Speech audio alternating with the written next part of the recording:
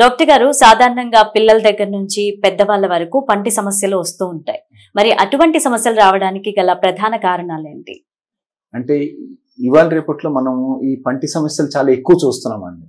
అంటే చిన్న పిల్లల నుంచి మిడిల్ ఏజ్ పెద్దవాళ్ళకి అంటే ఒక పర్టికులర్ ఏజ్ అనేది ఏమీ లేదండి. ప్రతి ఒక్కళ్ళకి పంటి ప్రాబ్లం అనేది వస్తూ ఉందన్నమాట.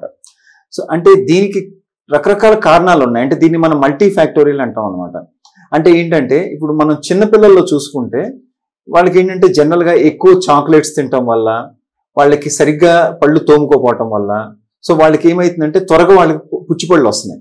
సో ఆ పుచ్చిపళ్ళు ఎప్పుడైతే వాళ్ళకి ఇనీషియల్ స్టేజ్లో కనుక మనం అబ్జర్వ్ చేయకపోతే అది పెరిగి పెరిగి వాళ్ళకి పంటి నొప్పి వచ్చినప్పుడు అప్పుడు పేరెంట్స్ ఏం చేస్తున్నారు, వాళ్ళని డెంటల్ క్లినిక్కి తీసుకొని వస్తున్నారు. అప్పటికి ఏంటంటే అది సెకండ్ స్టేజ్లో ఉన్నట్లు అనమాట. సో మనం అప్పుడు వాళ్ళకి పంటికి ఫిల్లింగ్ చేయటము, లేకపోతే రూట్ కెనాల్ ట్రీట్మెంట్ చేసి పళ్ళని కాపాడటం ఇట్లా జరుగుతూ ఉంటుంది.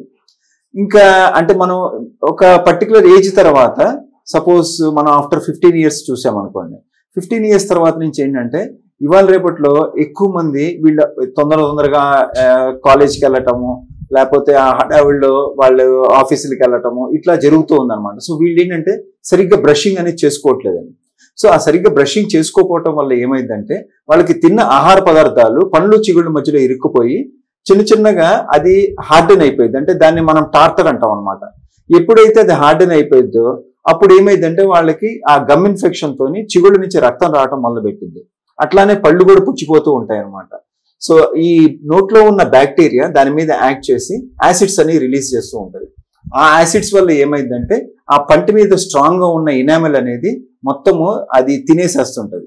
ఇన్ఫెక్షన్ తినేయటం వల్ల లోన డెంటిన్ అనేది ఎక్స్పోజ్ అయిపోయి వాళ్ళకి పంటి నొప్పి రావటం, జుమ్మని లాగటం ఇవన్నీ జరుగుతూ ఉంటాయి అన్నమాట. సో అదే ఈవెన్ పెద్ద ఏజ్ వాళ్ళకి కూడా ఏంటంటే వాళ్ళు సక్రమంగా బ్రష్ చేసుకోవాలి, చాలా ఇంపార్టెంట్.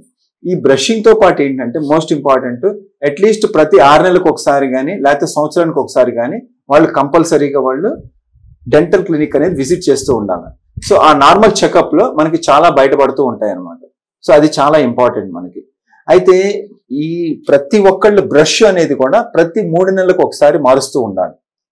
పేస్ట్ ఏదైనా వాడచ్చండి. పేస్ట్ కన్నా ఇంపార్టెంట్ ఏంటంటే బ్రష్, ఆ బ్రషింగ్ టెక్నిక్ కూడా ఎట్లా బ్రష్ చేస్తున్నారు అనేది చాలా ఇంపార్టెంట్. సో ఈ రెండింటి వల్ల మనం చూసుకొని వాళ్ళు కంపల్సరీగా బ్రషింగ్ అనేది పొద్దున రాత్రి నిద్రపోయే ముందు 2 సార్లు చేస్తూ ఉండాలా. ప్రతి ఏం తిన్నా సరే వాళ్ళు కంపల్సరీగా పుక్కిలించి చూస్తూ ఉండాలన్నమాట.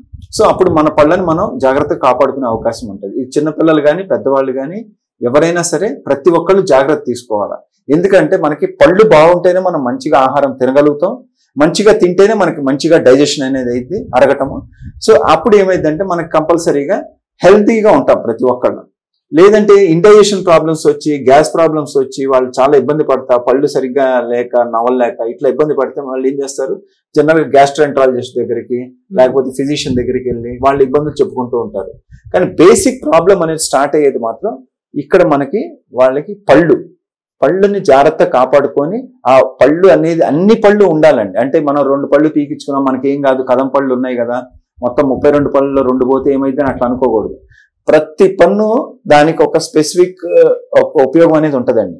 అంటే కొన్ని పళ్ళు నవలటానికి, కొన్ని పళ్ళు కొరకటానికి, కొన్ని పళ్ళు ఇట్లా వాళ్ళకి పర్ఫెక్ట్ గా చీవింగ్ చేయడానికి, ఇట్లా రకరకాలు ఉంటుంది అనమాట. సో ప్రతి పన్నుని వాళ్ళు కాపాడుకునే వాళ్ళు ఉండాలన్నమాట. అది చిన్న ఏజ్ నుంచి పెద్ద ఏజ్ వరకు, ఈవెన్ ఓల్డ్ ఏజ్ పీపుల్, ముసలి వాళ్ళు కూడా, వాళ్ళని వృద్ధులు కూడా పళ్ళని జాగ్రత్తగా కాపాడుకోవాలి. చాలా ఇంపార్టెంట్.